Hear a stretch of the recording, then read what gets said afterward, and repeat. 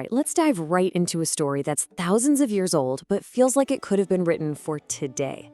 We're talking about a cosmic crime scene, a truly noble king, and a mystery that, you'll see, hits pretty close to home. So, let's start with a question, a big one. What could possibly happen that's so terrible, so fundamentally wrong, that it could make the earth itself literally weep with sorrow? That's the core mystery we're going to unpack here. And here it is. This is our crime scene. The ancient text paints this incredible, heartbreaking picture, a cow with tears streaming down her face, standing in front of a bull. And this poor bull, he's in terrible shape, wounded and barely balancing on just one leg. This isn't just some sad scene from a farm. It's a powerful symbol, a snapshot of an entire world in pain. Now, you know every great mystery means a great detective. And for a crime of this magnitude, our investigator is none other than the ideal King Parīkṣit. He's not just a ruler, he's seen as the realm's only hope, maybe the one person who can figure this out and make things right. So, who is this guy, King Parīkṣit? Well, his resume is pretty much perfect. He's the grandson of the legendary heroes, the Pandavas. He's known for being an incredibly just and righteous ruler. Get this, he was even said to be protected by Lord Kṛṣṇa while he was still in the womb. At this moment in the story, he's actually on a world tour, not to conquer for power, but to establish justice everywhere. He is, simply put, the perfect hero for this story. And of course, every hero needs a villain. But our villain here isn't just some bad guy. No, it's something much bigger. It's a force, a consciousness, an entire dark age given a physical form. The text calls this shadow Kali, the very personification of vice and decay. Okay, this is where it gets really interesting. Look at how the text describes Kali. He's called a lower-class man, a Shudra. But, and this is the key part, he is disguised as a king.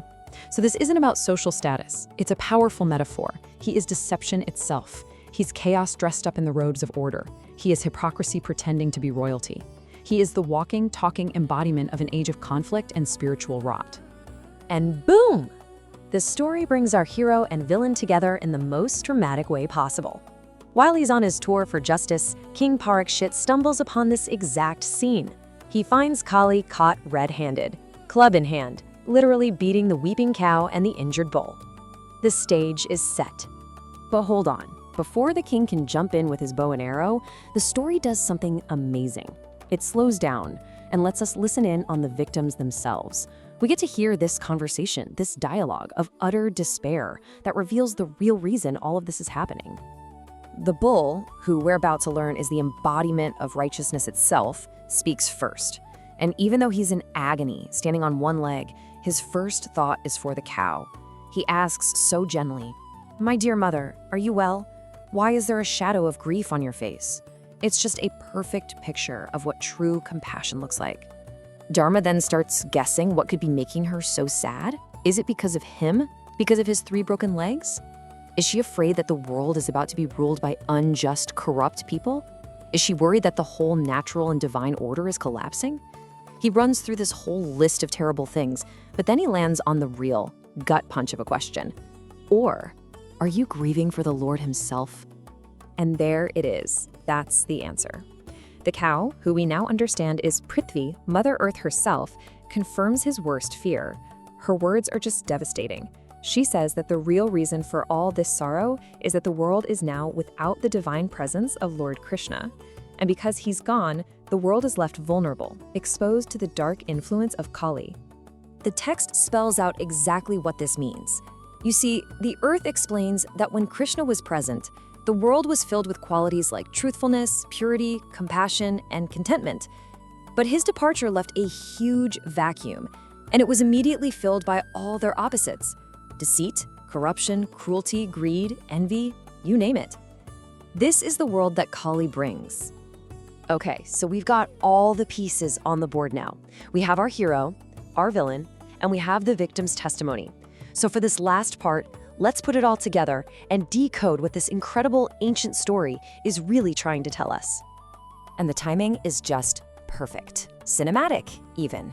Right as Mother Earth finishes explaining everything, King Parīkṣit, who has heard it all, steps forward. He gets it now. He understands the cosmic stakes, and with his bow in hand, he is ready to deliver justice.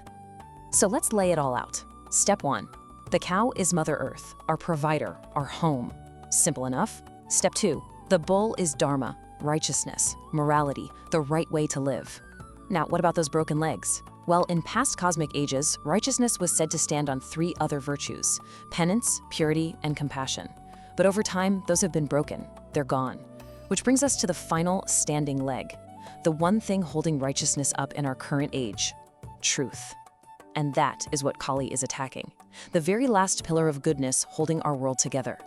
King Parīkṣit stood there, ready to defend that last pillar of truth with everything he had. And this ancient story just leaves us with this huge question that echoes right into our own lives, doesn't it? In a world still facing its own shadows, a world where things like compassion and honesty can feel like they're on their last leg, how do we defend righteousness? What does it take for us to stand up for truth in our own time? That's something worth thinking about. Thanks for joining this explainer.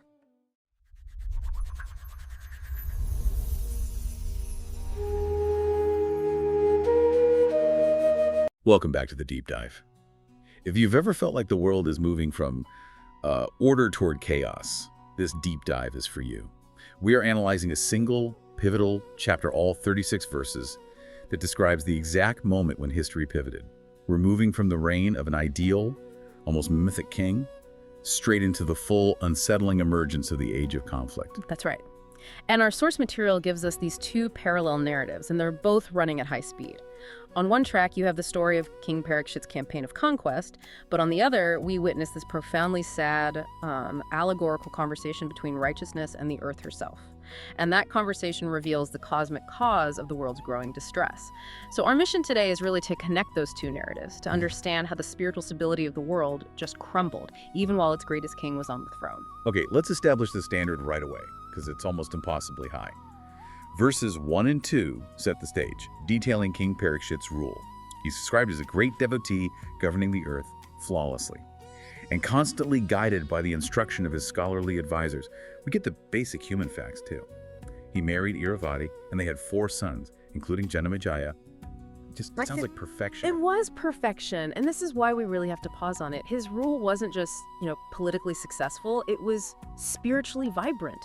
Verse 3 highlights his greatest accomplishments. He performed 3 massive Ashwamedha sacrifices on the banks of the Ganga, and these were famous for the immense gifts given to the poor great charity. But the truly mind-blowing detail, the thing that shows you the state of the world at that time, is that the demigods were actually visible. They were akakoka. This is a world where the boundary between the mortal and the divine was thin enough for gods to walk among men. That level of spiritual stability is it's incredible. But here's the paradox, right? Even in this world where everything seems ideal, something insidious still manages to sneak in. If the king is perfect and the demigods are visible, why is chaos even possible? That's the core tension of the chapter. Perfection apparently is never sustainable, and we see the direct consequence in verse 4. In the midst of Parīkṣit's world conquest, his Digvijay, he encounters the first physical manifestation of trouble. And it's a really jarring scene. You see Parīkṣit, this righteous conqueror, confronting the personification of the age of conflict, who is named Kali. But Kali isn't wearing a demon's mask. He's disguised as a king, acting like a Shudra, a low-born character, and he's physically striking a cow and a bull. It's a literal violent image of power, abusing both innocence, the cow, and righteousness, the bull. It's the visual shorthand for what this new age is going to bring, the abuse of Dharma under the cloak of authority. The narrative then shifts to Parīkṣit's reaction, and he doesn't hesitate. Verses 10 through 12 detail his immediate, decisive preparation for war. We get this very fun, almost action movie sequence here. He hears that Kali has entered his domain, specifically the region of Kurujangala, and he responds like the ultimate warrior. He takes up his bow and sets out immediately on his chariot, which is detailed right down to the lion banner and the black horses drawing it. And he's not just chasing Kali, he's simultaneously asserting his sovereignty over the known world-collecting tribute from regions like Hadrashva and Uttarakuru. He's conquering the world in the spirit of righteousness, which makes this sudden encounter with Kali less of an accident and more of an inevitable collision between 2 cosmic forces. Right, and just as we're ready for the big fight scene, the entire narrative just screeches to a halt. Exactly. This is where the sages in the assembly interrupt the storyteller.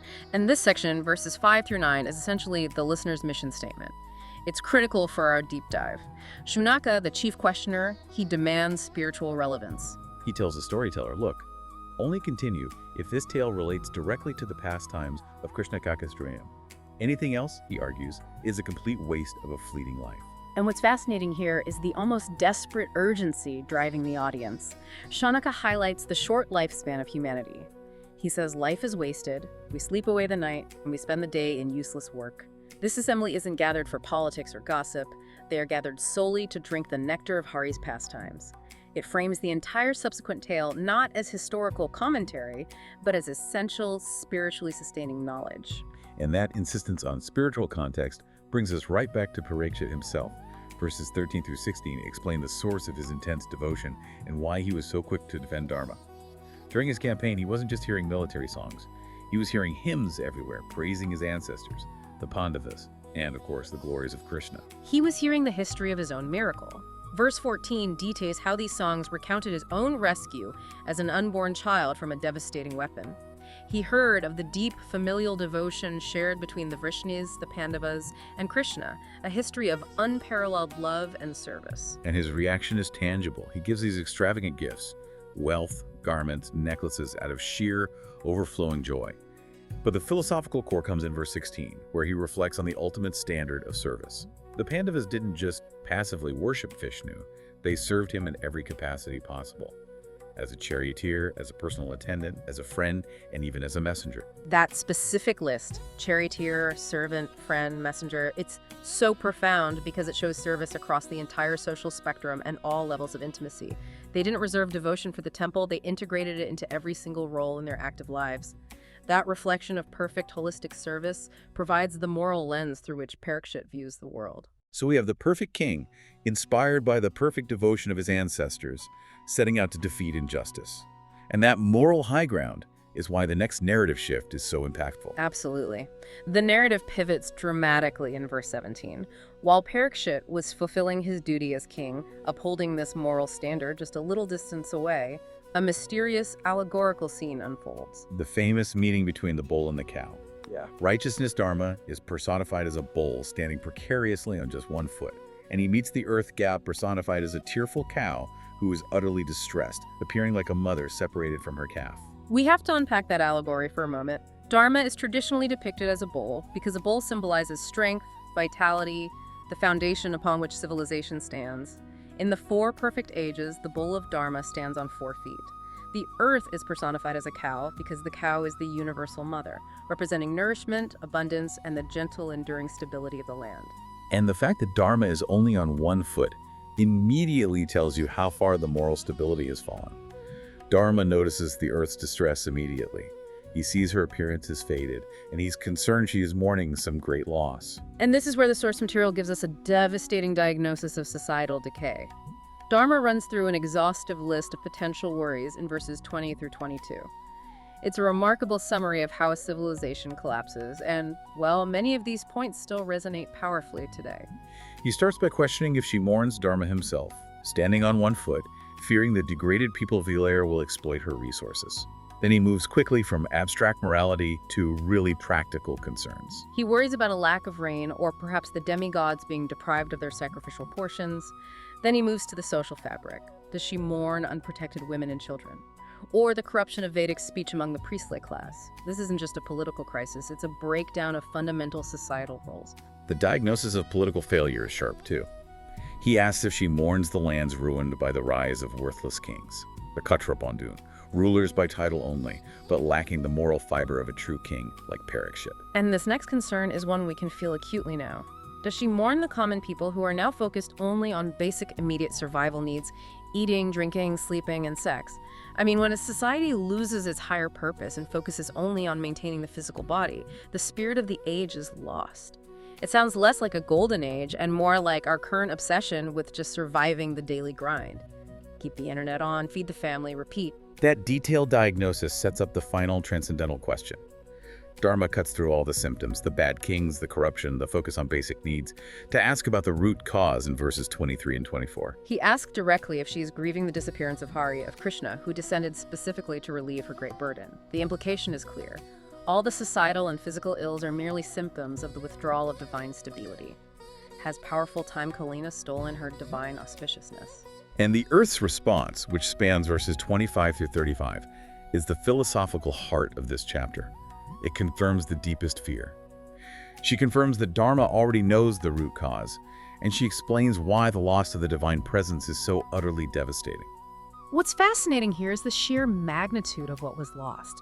In verses 26 through 28, the Earth lists 32 virtues that she says were eternally present in the Lord of Fortune. And this isn't just a list of moral rules. These are the essential pillars of cosmic reality. Think about it. Truth, cleanliness, mercy, forgiveness, renunciation, contentment, knowledge, power, valor. I mean, if you separate the Earth from the container of all virtues, what happens? If the container is gone, the virtues just leak out. Exactly. And the consequence, detailed in verses 29 through 31, is exposure. She says that because she is now separated from this source of all goodness, she is exposed to the sin of Kali. She grieves not just for herself and for Dharma, but for all of creation, demigods, ancestors, sages, everyone who depended on that container of stability. This moves beyond simple grief into this deep, poetic lament. She recalls the unparalleled status of the Lord in verse 32. Lakshmi, the goddess of fortune, for whom even Brahma performs great penance, she abandoned her own glorious abode simply to serve the Lord's feet. That service, that loyalty, just shows you the ultimate value of his presence. And she describes her own body in the past. In verses 33 and 34, the Earth says she was adorned by the auspicious marks of the Lord's feet, the lotus, the thunderbolt, the flag, and this presence made her shine brighter than the three worlds. She remembers he personally removed the burden of the Asura armies, giving her physical relief as well as spiritual sustenance. And verse 35 is the final emotional punch, she asks. Who can bear separation from the Supreme Person? She closes with this deeply personal detail. His loving glances, sweet smile, and charming talks stole the constancy of the celestial maidens, and his presence caused her, the Earth, to experience a thrill of ecstasy. It's a love letter to the divine source of all stability. And that profound philosophical grief is essential context. We have one narrating where the Earth is lamenting the withdrawal of cosmic support, and a parallel narrative where the king is physically hunting the resulting injustice. The king is treating the symptom, the Earth is diagnosing the cause. So what does this all mean for you, for the listener? We have these two powerful threads running, and in the final verse, they converge. Verse 36 delivers the concluding line of the chapter.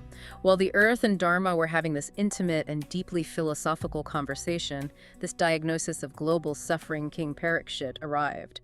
He reached the eastern Sarasvati River. That convergence sets the stage for the next dramatic moment. The ideal king, the physical force of righteousness, is about to meet the manifestation of the suffering that the Earth just spent the last 18 verses detailing. The problem and the solution are finally about to collide. We've seen the standard of kingship set by Parīkṣit, the spiritual urgency expressed by the sages who need knowledge to sustain them, and the profound, allegorical meaning of the world's distress, rooted not just in political failure, but in the withdrawal of divine support, symbolized by the loss of those 32 virtues. And if we circle back to the allegory, the Earth lamented the loss of the 32 virtues, yet Dharma, righteousness, only stood precariously on one foot. So if 4 feet of Dharma, traditionally penance, cleanliness, mercy, and truth, are required for perfection, what happens when only 1 foot of righteousness remains in this age of conflict? What might that single most enduring quality be that sustains the world, even in its most chaotic state? Something for you to mull or explore on your own as you continue to digest this information. A fascinating question for a world that needs all the stability it can get. Until next time, keep digging into the sources, keep seeking the deeper meaning, and keep asking the deep questions. We'll see you soon.